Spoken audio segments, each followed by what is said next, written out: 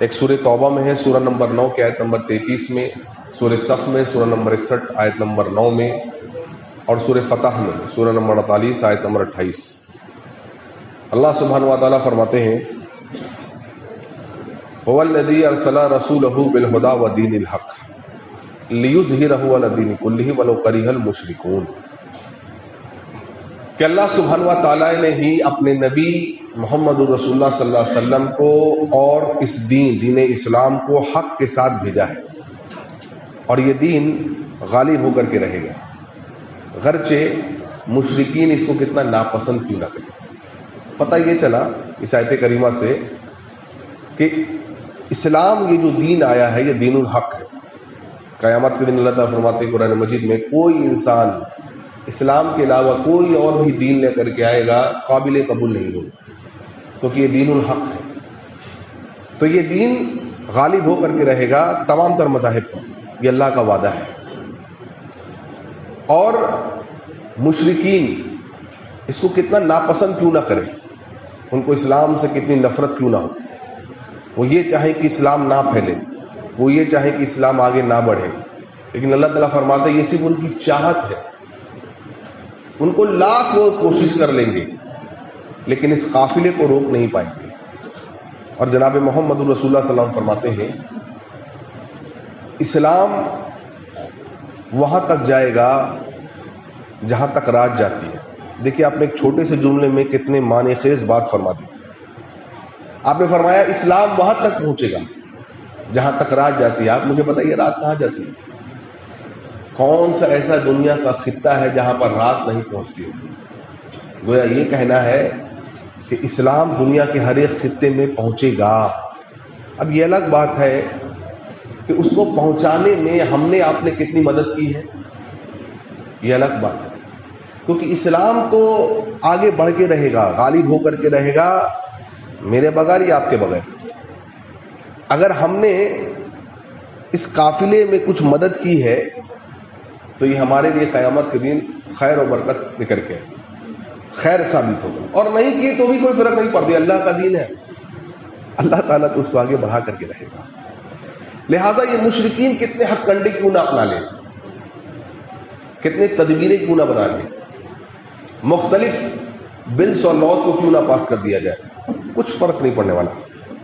اس لیے حالات جس طریقے کے بھی ہوں، ایک مومن کو کبھی گھبرانا نہیں چاہیے، بلکہ اس ڈر خوف کے ماحول میں اپنے ایمان کو اور مستحکم کرنا چاہیے، ایمان کو اور مضبوط کر لینا چاہیے، اللہ سبحانہ و تعالیٰ سے اپنے رابطے کو، اپنے رشتے کو اور زیادہ مضبوط کر لینا چاہیے۔ یہی اہل ایمان کا شیوا رہا ہے۔ آپ تاریخ اٹھا کر کے دیکھیے، جب جب ان پر آزمائشیں آئیں، مصیبتیں آئیں، الحمدللہ وہ مصیبتیں، وہ آزمائشیں، وہ پریشانیاں ان کو اور نکھار کے لے گئی، ان کو اور اعلیٰ اور بہتر بنا کے چلی گئی۔ لہٰذا یہ تمام تر مسائل، مصیبتیں جو آج چل رہے ہیں حال فی الحال، یہ کوئی مصیبت ہے ہی نہیں۔ مصیبت وہ تھی جو صحابہ اکرام نے جھیلا ہے یا اسلاف نے جھیلا ہے، اور کس طریقے سے ان مصیبتوں پر، ان آزمائشوں پر وہ صبر کرتے تھے، اسی درس، اسی سبق کو ہم کو، آپ کو آج اپنی زندگی میں اپنانا ہے۔ صحیح بخاری کے واقعے کو اٹھائیے، صحیح بخاری کی حدیث ہے، حدیث نمبر 1301 ام سلیم کہتی ہیں رضی اللہ عنہ کہ ان کے شوہر ابو طلحہ باہر گئے ہوئے تھے، کاروبار کے سلسلے میں باہر گئے ہوئے ہوں گے، تو ام سلیم کہتی ہیں کہ ہمارا بیٹا بیمار پڑ گیا تھا، سخت بیمار ہو گیا تھا، لہذا یہ جو بیماری اس پر آئی تو یہ بیماری اس کو موت تک لے کر کے چلی گئی، انتقال کر گیا بیٹا۔ آپ سوچیے، ایک ماں سے پوچھیے، شوہر گھر میں نہیں ہے، مرد گھر میں نہیں ہے، اور جوان بیٹا جو انتقال کر جائے، بچہ انتقال کر جائے، کیا بیتی ہوگی اس عورت کے دل پر؟ کہا بیٹا انتقال کر گیا۔ ابو طلحہ جب گھر لوٹے تو اپنی بیوی ام سلیم سے پوچھتے ہیں رضی اللہ عنہ کہ میرے بیٹے کا کیا حال ہے، کیونکہ بیمار تھا، پتہ تھا ان کو۔ ام سلیم کہتی ہیں اب وہ پہلے سے بہتر حالت میں اور اس کو آرام ہے۔ یہ نقطہ کیا پتہ چلا؟ پتہ ہے، موت مومن کے لیے تحفہ ہے۔ آج مسئلہ کیا ہے، بزدلی کا کہ آج ہم اور آپ موت سے بہت ڈرنے لگے. اور یہ کب ہوگا؟ اللہ کے نبی صلی اللہ علیہ وسلم فرماتے ہیں دنیا جو ہے غالب ہوگی، لوگ ان پر غالب ہوں گے، جھپٹیں گے. کب؟ حب الدنیا وکراہۃ الموت. جب دنیا کی محبت تمہارے اور میرے سینے میں پیوست ہو جائے گی اور موت سے ڈرے گا آدمی. کیا ہوگا؟ موت سے ڈر. مومن تو موت سے کبھی ڈرتا ہی نہیں ہے، کیونکہ اس کو پتا ہے موت تحفہ ہے. اس کو پتا ہے کہ اس کے نبی نے مجھے فرمایا ہے صلی اللہ علیہ وسلم کہ جو اللہ سے ملاقات کرنا چاہتا ہے اللہ بھی اس سے ملنا چاہتا ہے. آپ اللہ سے ملاقات نہیں کرنا چاہتے؟ آپ اللہ تعالیٰ سے نہیں ملنا چاہتے؟ اللہ سے جو ملنا چاہتا ہے نبی صلی اللہ علیہ وسلم فرماتے ہیں اللہ بھی اس سے ملنا چاہتا ہے. ملے وہ کیسے اللہ سے؟ جب تک موت نہیں ہوگی. تو کوئی آدمی بیماری سے مر جاتا ہے، کوئی آدمی عام روڈ پہ چلتے ہوئے ایکسیڈنٹ کر گیا، کسی کو اچانک موت آ گئی، کسی کا ہارٹ چوک کر گیا وغیرہ وغیرہ، لوگ مر جاتے ہیں. ایسا مرنا بھی کیا مرنا؟ مرنا تو وہ ہے جو حضرت عمر رضی اللہ عنہ کو ملی موت. اللہ اکبر. عمر دعا کرتے اللہم ارزقنی شہادۃ فی سبیلک واجعل موتی فی بلدی ورسولک. اے اللہ مجھے شہیدوں والی موت عطا کر اور مجھے رسول اللہ صلی اللہ علیہ وسلم کے شہر میں موت دینا. صحابہ کہتے تھے حضرت عمر کس طریقے کی دعا کرتے ہیں. مدینے میں عمر ہے، جس جگہ عمر موجود ہو دشمن کی مجال نہیں ہے کہ عمر کے سامنے آنکھ بھی ملا سکے، تو تلوار نکالنا تو بہت دور کی بات ہوگی. عمر کا وہ دبدبہ ہے، عمر وہ آدمی ہے، عمر کا ایمان ایسا ہے کہ اللہ نے عمر کے رعب کو لوگوں کے دلوں میں ڈال دیا ہے، خاص کر کے دشمنوں کے دلوں میں. اب اللہ شہیدوں والی موت. صحابہ کہتے تھے یہ کیسے ہوگا؟ کہیں جاتے بھی نہیں، مسجد نبوی میں رہتے ہیں. اللہ اکبر. ہونا کیا تھا؟ نبی کے مصلی پر حضرت عمر کو نیزہ مارا گیا، خنجر مارا گیا، اور کچھ دیر بعد آپ فوت کر گئے. شہیدوں والی آپ کو موت ملی، اور رسول اللہ صلی اللہ علیہ وسلم کے شہر میں موت ملی، اور نبی صلی اللہ علیہ وسلم کے بغل میں آپ کو جگہ ملی. لیکن کتنی سعادت کی بات ہے. تو مومن کبھی موت سے ڈرتا نہیں. موت اس کے لیے تحفہ ہے.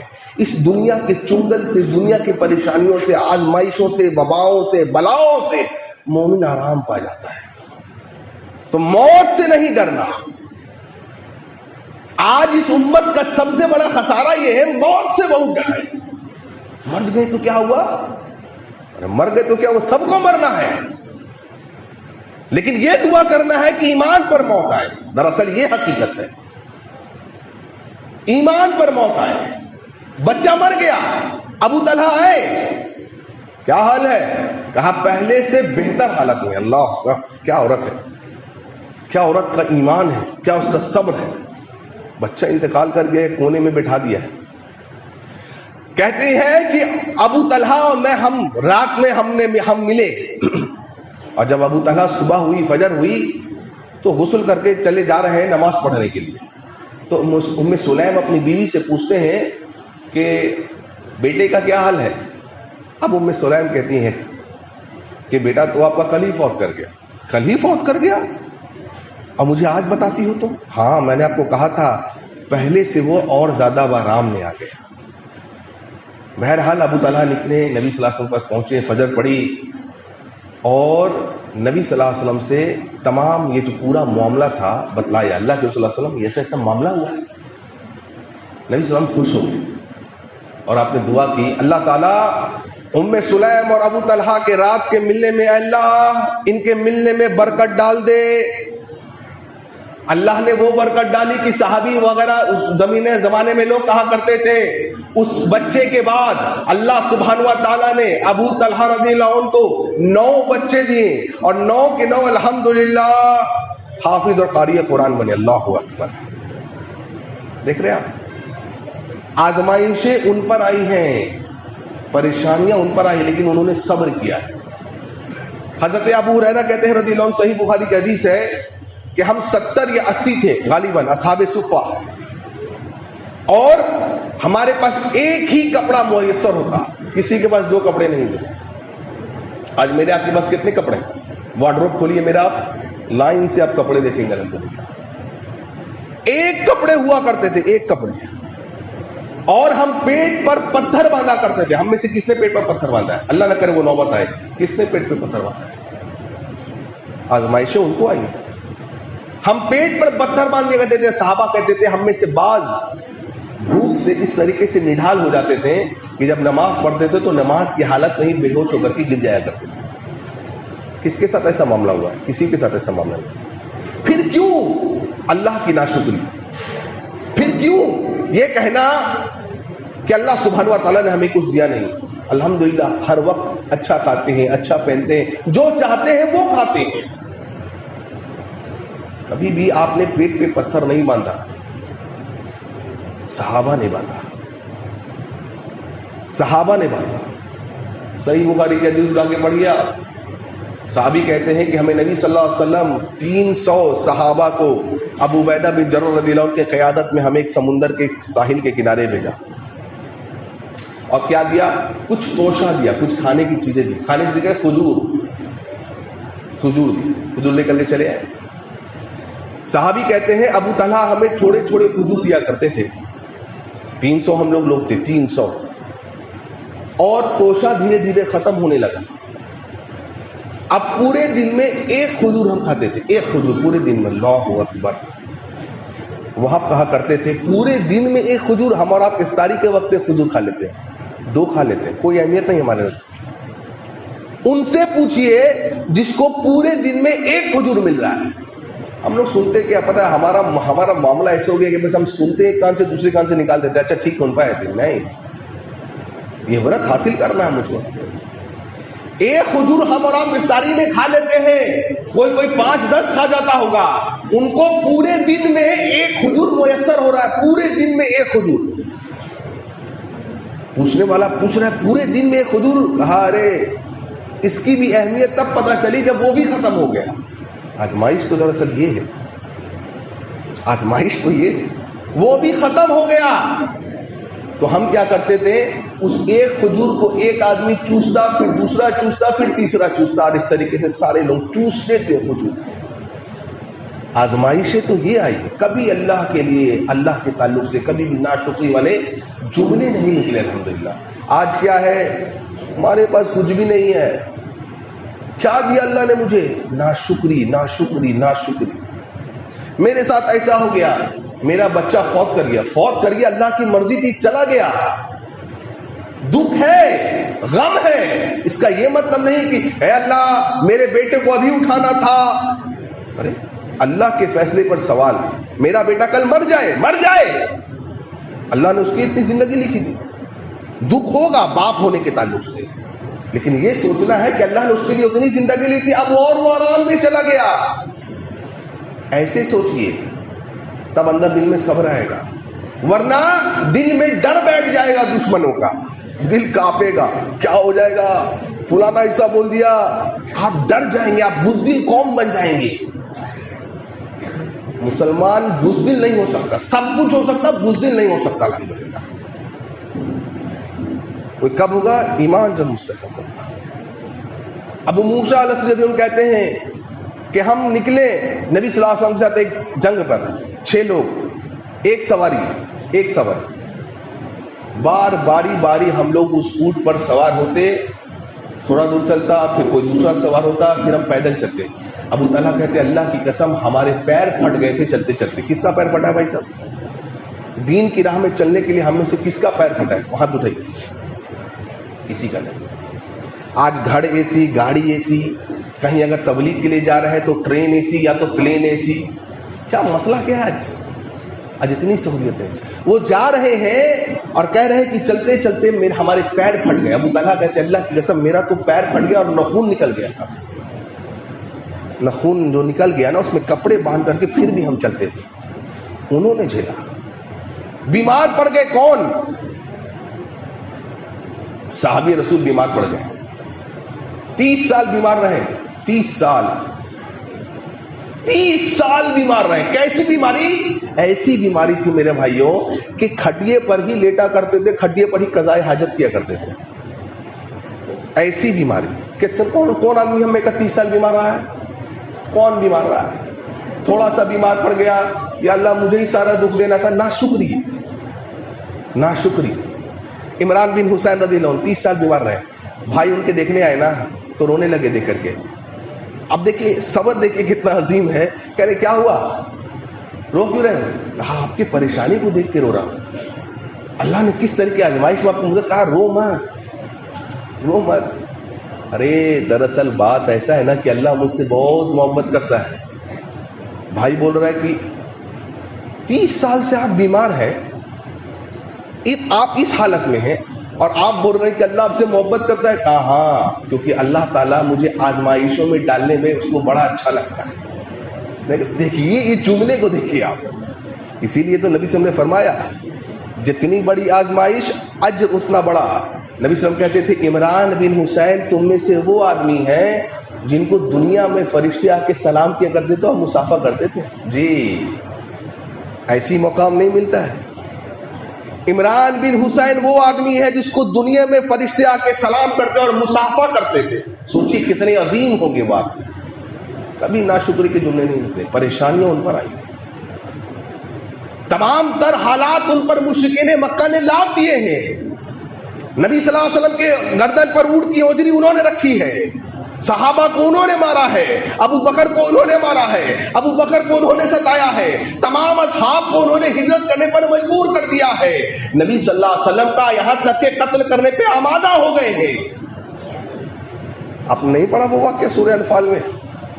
اللہ تعالیٰ فرماتے ہیں آیت نمبر 30 سے آگے پڑھتے ہیں. اللہ تعالیٰ فرمایا کہ نبی صلی اللہ علیہ وسلم وہ موقع بھی آپ بیان کریے جب یہ مشرکین مکہ تدبیر کر رہے تھے. کیا کر رہے تھے؟ یہ اپنے میٹنگز میں, اپنے پارلیمنٹ میں, اپنے دھرم سنسدوں میں اس بات کو بٹھا رہے تھے, کہہ رہے تھے کہ محمد رسول اللہ کو قتل کر دیا جائے. اور اس میٹنگ میں شیطان بھی شامل تھا, انسانی شکل میں آیا تھا. آج بھی بہت سارے شیطان انسانی شکل میں گھوم رہے ہیں. آپ ملا لیجیے حالات کو. اس نے کہا سب سے بہتر تدبیر کیا نکلی؟ معاذ اللہ کہ محمد رسول اللہ صلی اللہ علیہ وسلم کو قتل کر دیا جائے. اللہ نے کہا نبی اس موقع کو یاد کریے جب یہ لوگ آپ کو قتل کر دینا چاہتے تھے, آپ کو قید کر دینا چاہتے تھے, یا پھر آپ کو مکے سے نکال دینا چاہتے تھے.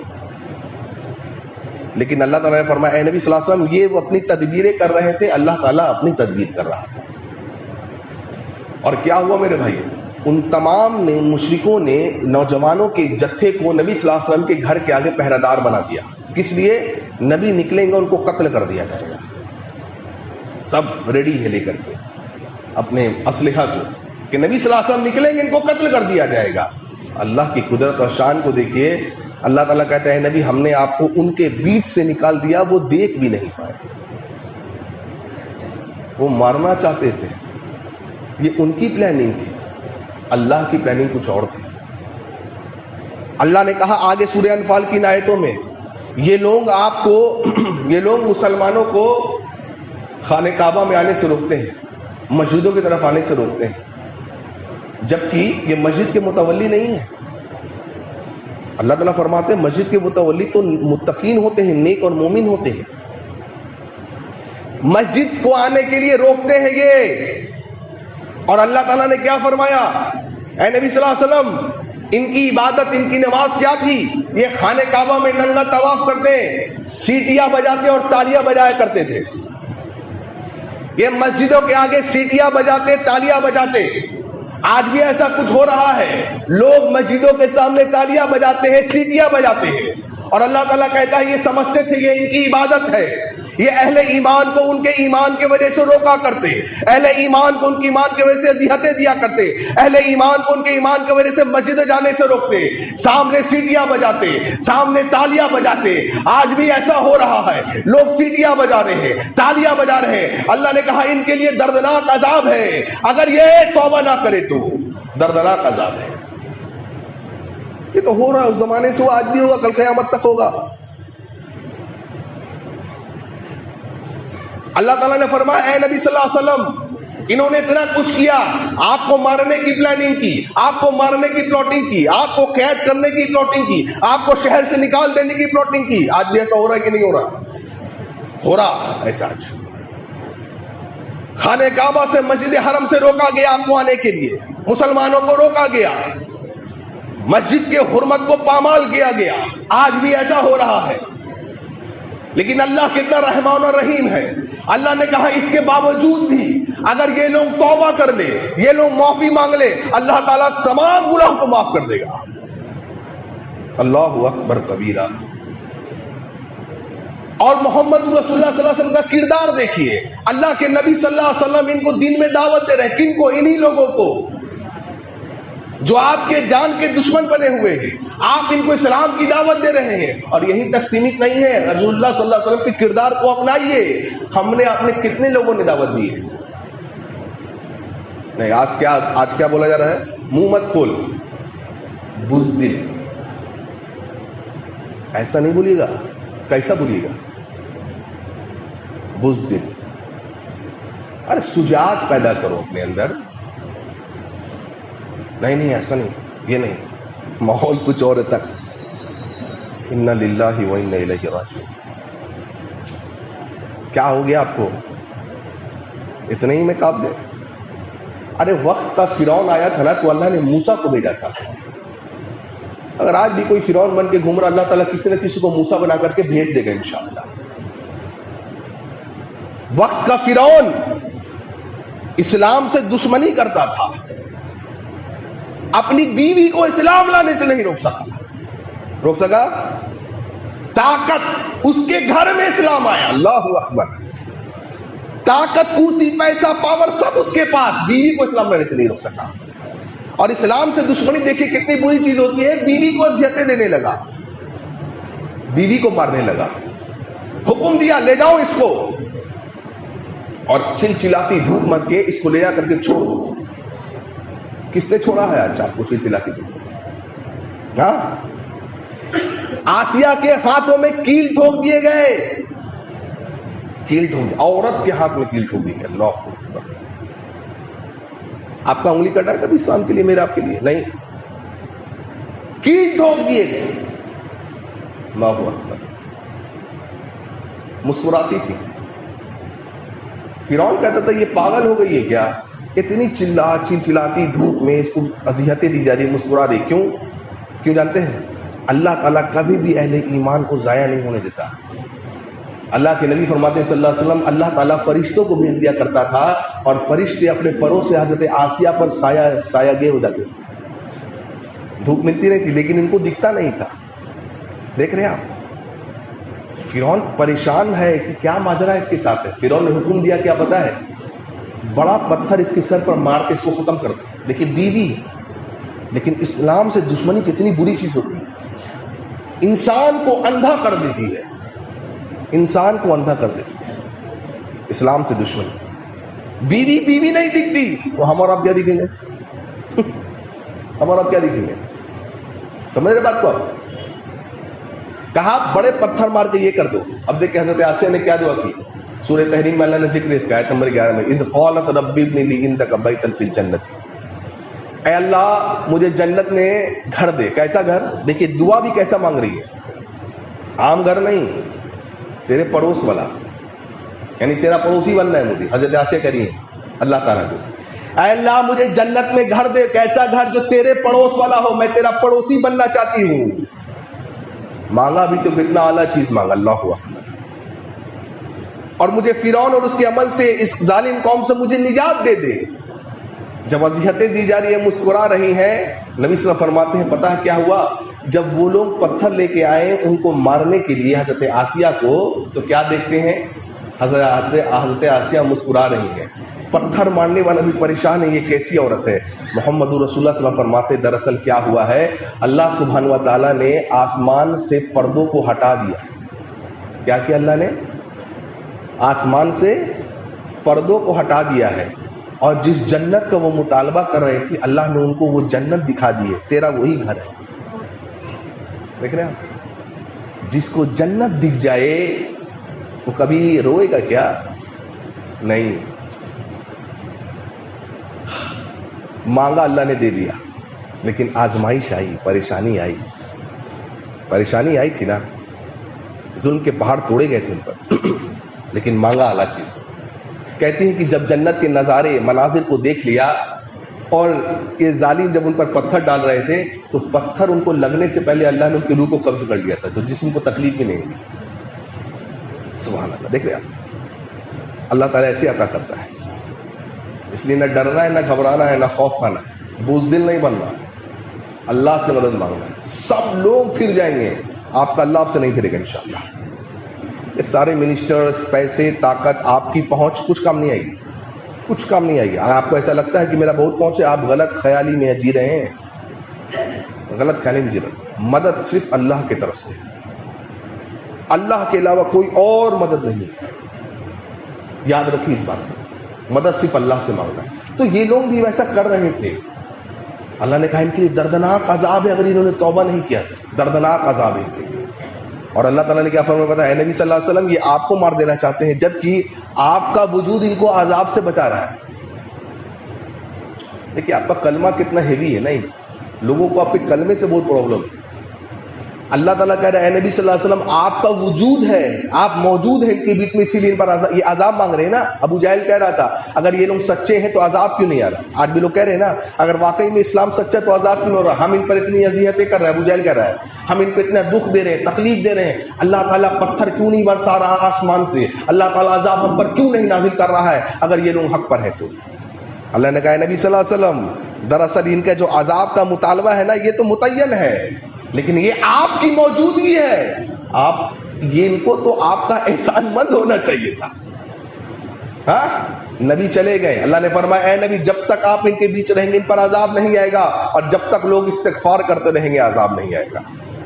اس لیے نقصہ کیا ملا ہے؟ آج نبی صلی اللہ علیہ وسلم ہمارے بیچ سے رخصت ہو گئے ہیں، میرے آپ کے بیچ میں کیا استغفار۔ امام ابن تیمیہ رحمہ اللہ فرماتے شیخ الاسلام، اللہ تعالیٰ لوگوں دو طریقے کا عذاب ہوتا ہے، ایک اللہ کا عذاب، ایک بندے کا عذاب۔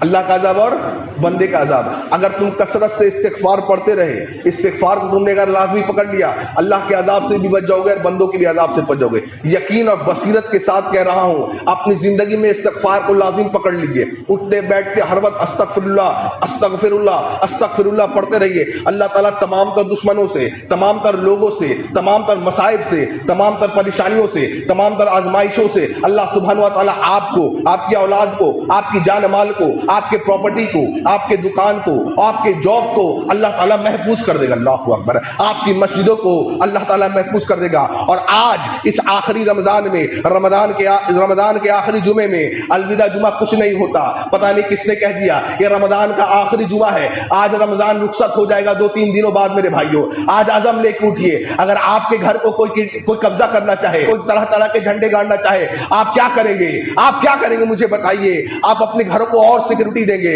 آپ اپنے گھروں کو، دوست احباب کو، اپنے دوستوں کو، اپنے رشتہ داروں کو اپنے گھروں میں بلائیں گے، اپنے گھروں کی تعداد بڑھائیں گے۔ آج لوگ مسجدوں پر قبضہ کرنا چاہتے ہیں، آپ کیا کریں گے؟ آپ مسجدوں کو ویران چھوڑ دیں گے؟ اگر مسجدوں کو ویران چھوڑا جائے گا، لوگ قبضہ کریں گے، لوگ سیٹیاں بجائیں گے، لوگ تالیاں بجائیں گے۔ اپنا گھر پیارا ہے، اللہ کا گھر پیارا نہیں ہے۔ کیوں؟ اللہ کے گھر کو پیارا بناؤ، اللہ کے گھر کو آباد کرو، اللہ کے گھر میں تعداد بڑھاؤ، اللہ کے گھر میں نمازیوں کی تعداد بڑھاؤ۔ رمضان ہو، رمضان کے بعد ہو، اگر تمہیں اللہ کا گھر پیارا ہے تو، اگر تمہیں یہ چاہتے ہو کہ اللہ کے یہاں جواب دہی نہ ہو تو، ورنہ کوئی بات نہیں۔ هو الذی ارسل رسولہ بالہدی ودین الحق لیظہرہ علی الدین کلہ ولو کرہ المشرکون۔ اللہ نے اس دین کو حق کے ساتھ بھیجا ہے، اللہ تعالیٰ اس کو غالب پر کرے گا، چاہے کوئی پسند کرے یا ناپسند کرے۔ یہ تو فیصلہ ہے اللہ کا۔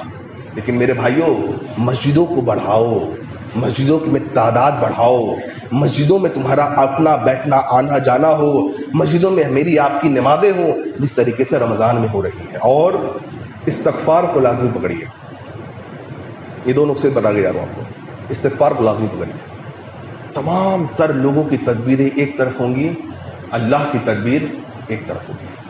اللہ سے دعا کری کہ اللہ تعالیٰ ہماری مساجدوں کی، اہل ایمان کے دکان، مکان، گھر، ان کی حفاظت عطا فرمائے۔ جس کے گھر ٹوٹے ہیں نا اس کے دل سے جا کے پوچھیے، اس کے لیے تہجد میں دعا کیا آپ نے؟ شب قدر میں دعا کیا اس کے لیے؟ جس کا دکان جلا ہے نا اس سے جا کے پوچھے، کہ بہت بڑی مصیبت ہے، یہ آسان نہیں ہے، لیکن صبر کرنا، انشاءاللہ اللہ تعالیٰ قیامت میں اس کا بہت بڑا اجر و ثواب دے گا انشاءاللہ۔ تو نہ ڈرنا ہے نہ گھبرانا ہے، بلکہ دعا کرنا اللہ سے، یہی ہتھیار ہے مومن کا۔ دعا کریے انشاءاللہ۔ اللہ سبحانہ و دعا ہے کہ اللہ تعالیٰ ہم تمام کی حفاظت عطا فرمائے۔ اللہ سبحانہ و تعالیٰ ہمارے اس ملک میں امن اور شانتی پھیلا دے۔ اللہ سبحانہ و تعالیٰ شر پسندوں کو اللہ تعالیٰ ان کے انجام تک پہنچا دے۔ اللہ تعالیٰ جب تک ہمیں زندہ رکھے عقید توحید پہ زندہ رکھ کے اللہ تعالیٰ جب بھی ہمارا خاتمہ عطا فرمائے عقید توحید پہ خاتمہ عطا فرمائے. اللہ ہمیں سے بیمار و شفا کاملہ کل عاجلہ عطا فرما. اللہ جو پریشان ان کی پریشانیوں کو خوشحالی میں بدل لے. اللہ ہمیں سے مقروض ان کے قرض کی ادائیگی کے لیے غیب سے مدد عطا فرما.